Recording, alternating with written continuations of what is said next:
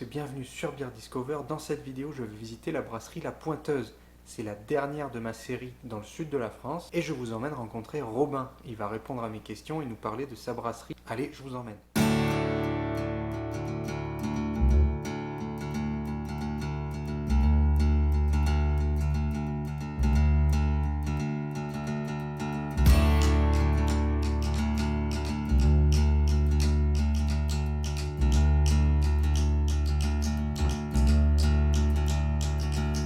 Je m'appelle Robin et ça fait depuis 2014, fin 2014 que je me suis installé, que j'ai installé la brasserie.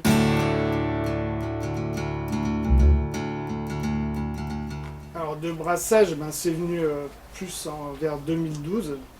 Après la bière, je suis passionné depuis bien plus longtemps que ça. Mais c'est vraiment en 2012, après un voyage à New York, où j'ai découvert les brewpubs et les odeurs de malt et tout ça, qui m'ont intéressé à la craft beer. Que déjà, là-bas, il y avait pas mal de brasseries artisanales qui étaient plus dans des styles de bière que j'aimais bien, que j'ai découvert et que je connaissais pas en France.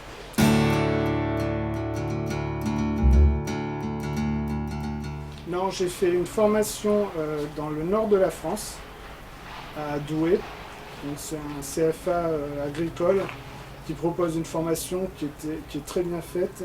À l'époque, c'était Olivier Sénéchal qui s'en occupait. Ça a duré une semaine, mais c'est complet et ça m'a donné encore plus envie de brasser après cette formation. Et ensuite, je suis parti une semaine en Angleterre, à Burnley, où un artisan qui fabrique des petites brewhouse de 400 litres. Donc c'est la première que j'ai achetée et en même temps il propose une formation avec un diplôme. Donc ça m'a permis d'apprendre à brasser des L et c'est le type de bière que j'aimais bien parce que j'ai vécu pas mal d'années en Irlande et mon palais s'est habitué aux L. Voilà, il fallait que je brasse ce type de bière, quoi.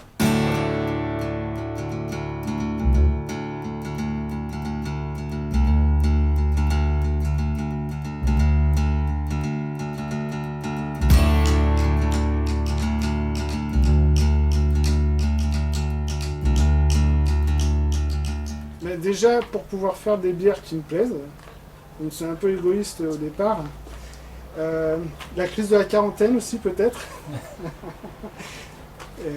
mais ça c'est ma femme qui vous le dira mieux. Et après, comme c'était, maintenant on a plein de types de bières, mais à l'époque c'était difficile de trouver des IPA, et donc c'était ça aussi qui m'intéressait, de travailler sur les IPA au départ.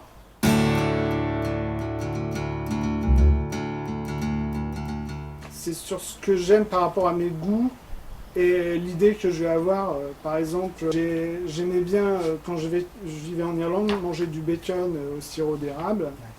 Donc une fois j'ai fait un stout avec du bacon et du sirop d'érable. Donc je voulais retrouver ce goût-là dans la bière.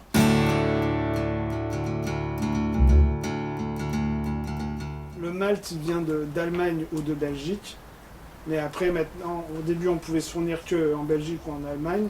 Maintenant, on peut se fournir en France. On peut se fournir même chez Rolling Beer qui fournit des palettes de malt.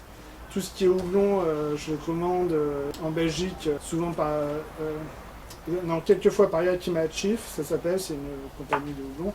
Mais surtout du Charles Farram en Angleterre. Par contre, c'est un peu plus compliqué maintenant depuis le Brexit. Ouais.